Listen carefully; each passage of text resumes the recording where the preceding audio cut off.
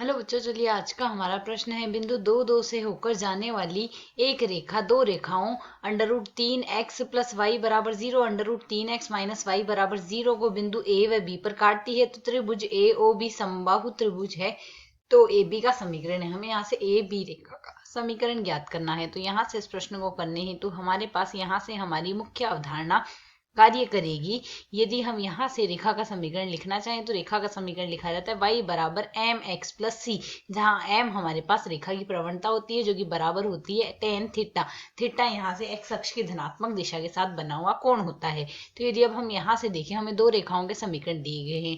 पहली रेखा तो हमारे पास √3x + y बराबर हमें दिया गया है यहाँ से 0। इसे सरल करें तो y बराबर आ जाएगा माइनस का √3x। तो यदि हम यहाँ से इसकी तुलना y = mx + c से करें तो m बराबर हमारे पास माइनस का √3 आ रहा है, जिसे यदि हम सरल करें तो m बराबर हमारे पास क्या आ रहा है, tan -60 डिग्री आ रहा है। क्योंकि tan + 60 डिग्री का मान तो √3 होता है, माइनस √3 आ रहा है अर्थात माइनस का 60 डिग्री आ रहा है। ठीक इसी प्रकार दूसरी रेखा देखें, दूसरी रेखा दी गई √3x - y = 0। इसे सरल कर ले तो y का मान आ रहा है हमारे पास यहाँ से √3x, अर्थात जो tan थीटा बन रहा है m बराबर हमारे पास √3 आ रहा है। इसे सरल कर देंगे तो m बराबर हमारे पास क्या आ रहा है, tan 60 डिग्री। यह मान आ गया, tan के दोनों मान आ गए हैं हमारे पास। अर्थात एक रेखा तो x अक्ष की धनात्मक दिशा के साथ 60 डिग्री का कोण बना रही, दूसरा -60 डिग्री का कोण बना रही है। तो यदि हम इसे यहाँ से सरल करते हैं, यह तो आएगी हमारे पास यहाँ से x अक्ष।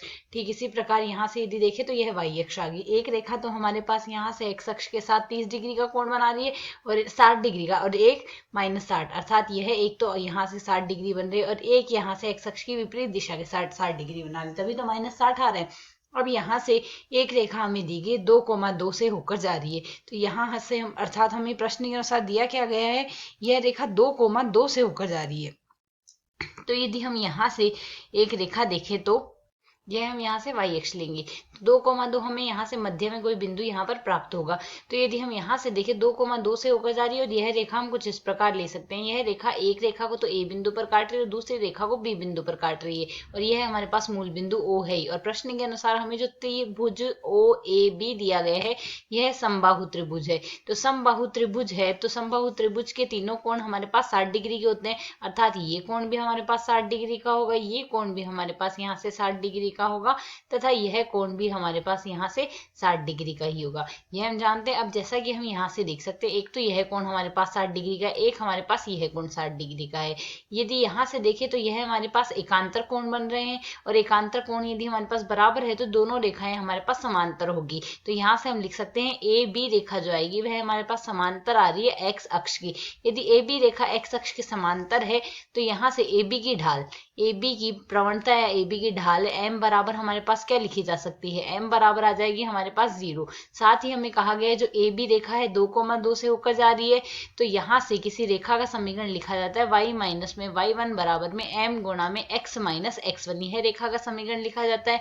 तो m का मान यहाँ से हमारे पास 0 है, तो यहाँ से मान क्या आ जाएगा, यह रेखा 2,2 से होकर जा रही है तो y माइनस 2 बराबर में 0 गुणा x माइनस में 2 आएगा। इसे सरल करते हैं तो y माइनस 2 बराबर आ गया हमारे पास यहाँ से 0, अर्थात y बराबर आ जाएगा 2।